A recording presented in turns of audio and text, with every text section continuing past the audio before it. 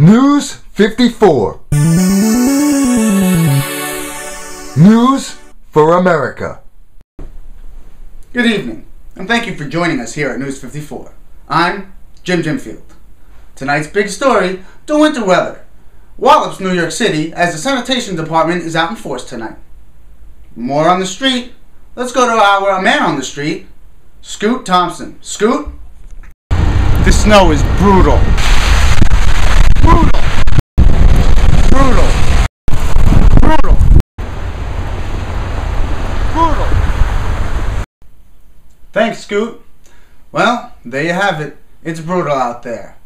Coming up, more on the bread strike and the razor blade shortage after these messages. You know where to shovel your snow.